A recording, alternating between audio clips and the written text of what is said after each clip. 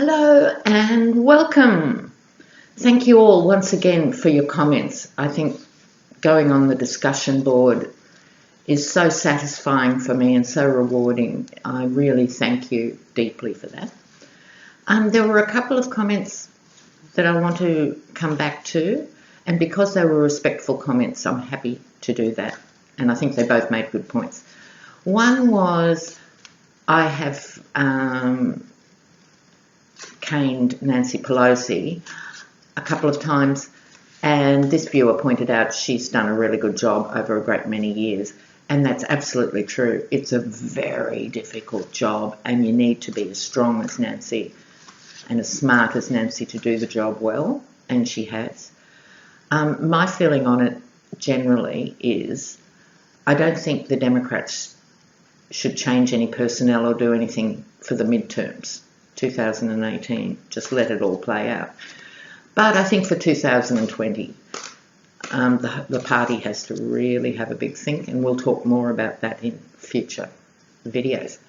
The other comment, which was also fair enough, when I said that Republicans want to see the women in the kitchen pregnant and stirring the pot, it wasn't off the cuff comment. And I'd even go as far as to say I think there's as many Republican families as Democratic families who actually want their daughters to get an education and be independent. My point is, well, 2 points really. My point is the reasonable voices of reasonable Republicans have been drowned out over a few years now, and it's become worse under this presidency.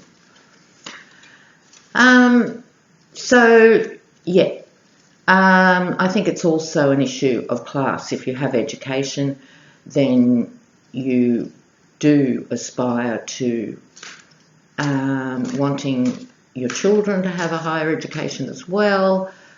It's also an issue of health insurance once again, because my critique was basically about this demonising of Planned Parenthood.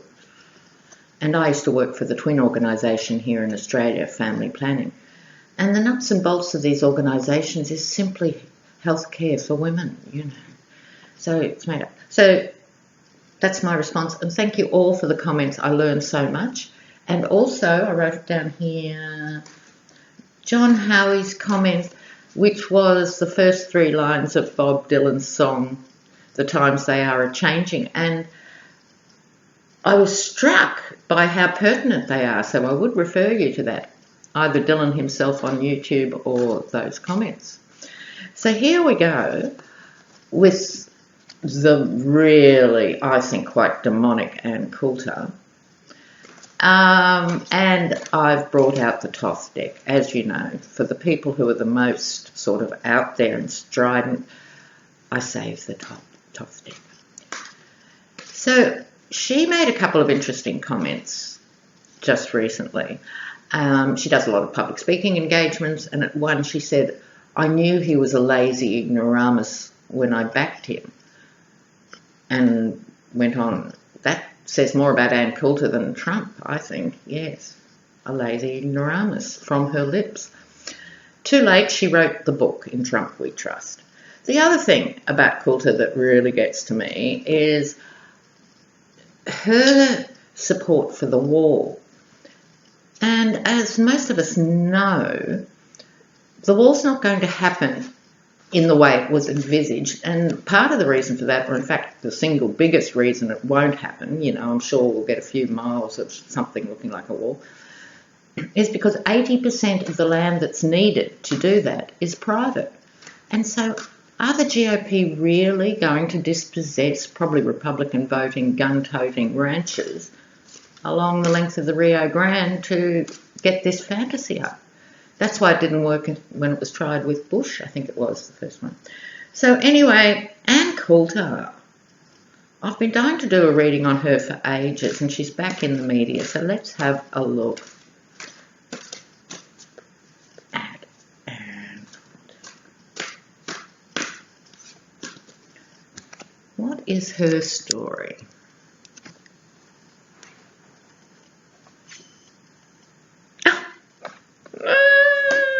I will show you in... Oh, Lordy.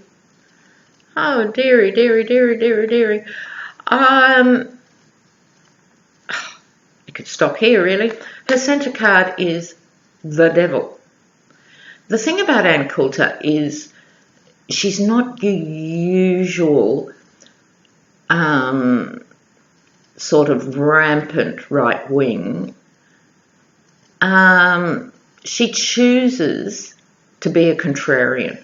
She chooses to be provocative and out there, and that's how she makes a living, by just being more vile than the person sitting next to her on the panel. That's her modus operandi. How can I be more evil and more out there than the next person? And she does that. So that's what gives her that sort of devilish quality. The essence of her reading is ruin. 10 of Swords. Okay. This is not a pretty layout. So the 6 of Swords, this is the card in the Rider-Waite deck of moving away. Just with these 3 cards, sometimes you're better off just stopping in a reading, but I can't help myself, I will do more.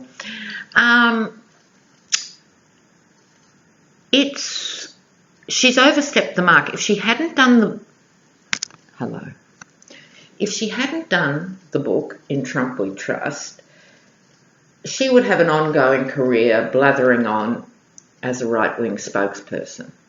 But she did the book, so that's committed her name in public to the pussy grabber.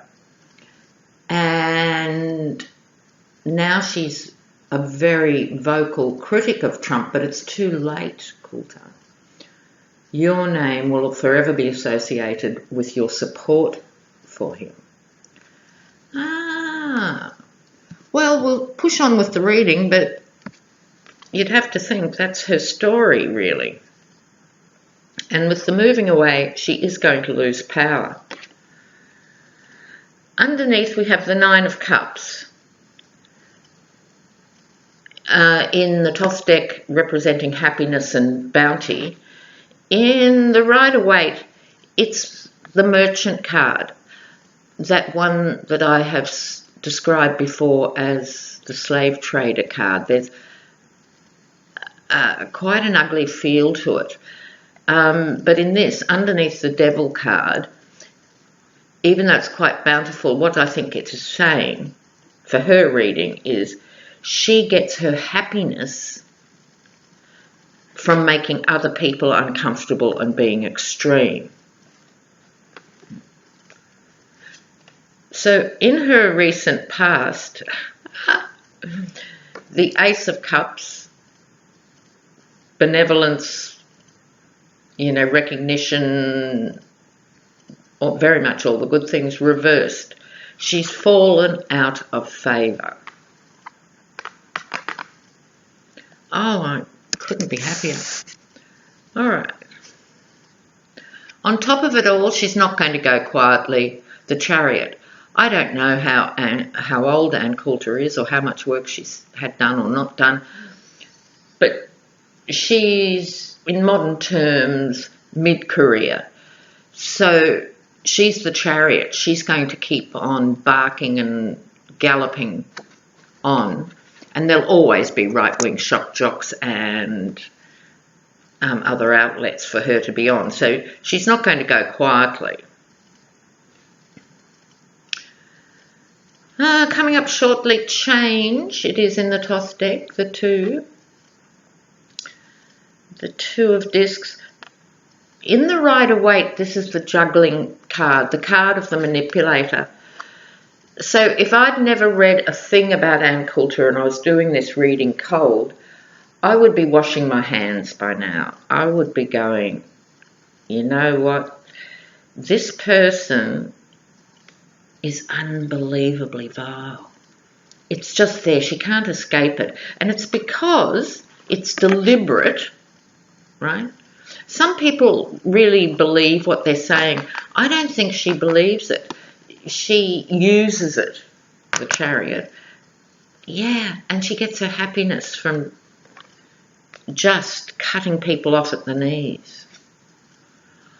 All right, so how does she see herself? The Prince of Discs.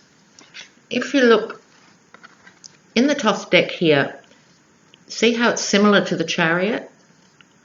It's a person driving the force, in this case the bull, the masculine power of the bull. This is why she has no empathy with women, and this is why women, by and large, don't respond well to her. She harnesses that energy to be more forceful than the blokes in every direction. So she's using that bull energy. Her obstacle, if you like, or what's acting across that energy is, the High Priestess, which is feminine energy. How interesting. The masculine energy that she uses. And so she compromises with the feminine energy. So if you note how she chooses to present herself. So there's the long blonde hair, there's the Diamante slave bracelets, but she often wears a little black frock. So it's like she's trying to disguise this, not disguise the forcefulness because it's really out there, but she's trying to work both ends off against the middle. She uses her female sexuality and her male view of the world. It's a very masculine view of the world, not a fine print person. Big strokes. Provocative. Okay, the environment. The environment here is the Lovers.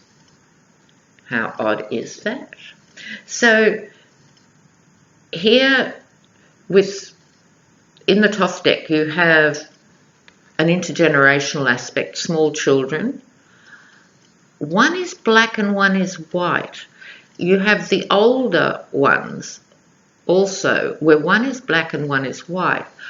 This is interesting because she's such a hardcore racist. She said something interesting also in that same public debate where she was accused of being racist because of her anti-Mexican stance and anti-anything that supports anyone. And she's used the example of the very rich people who use illegal Mexican or Central American workers for their domestic work. And she said, oh, they are the ones who are racist.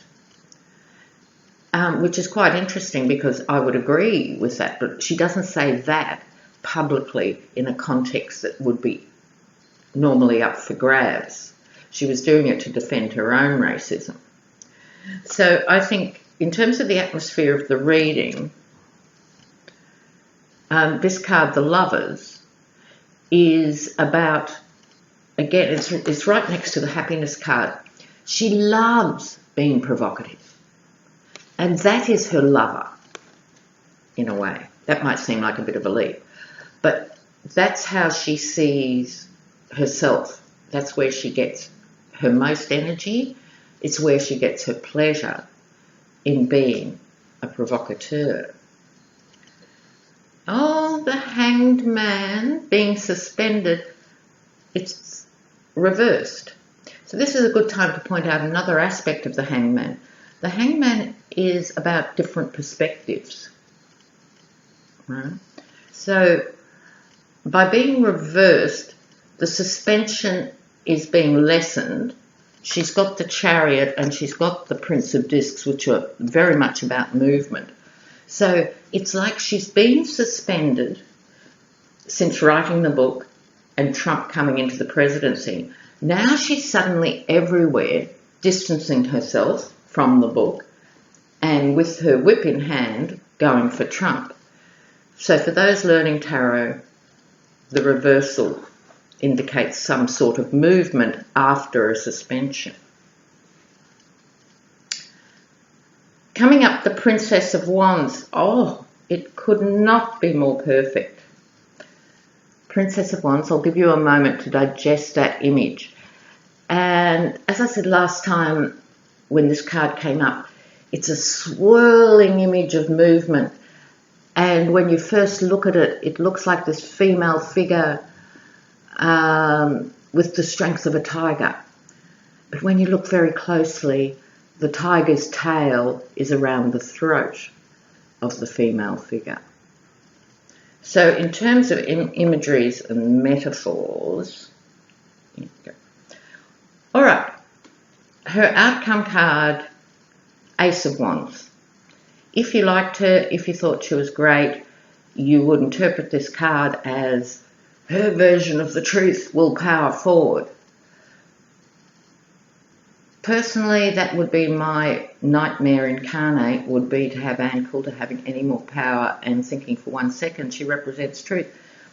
However, to a certain level, what I'll say for this interpretation is her jaundiced interpretation, her racism, will continue to have potency and force. There is no doubt about that. And the Chariot also indicates she's carrying forward with that. What is working against that, of course, is the world is changing, the demographic is changing, and the old guard, clear-cut way of looking at the world is definitely changing, at least being challenged in a way it hasn't been for 2 generations. So thank you for tuning in, and thank you for your donations. If anyone wants to donate, I am eternally grateful. So I'll give you Ann Coulter. Bye.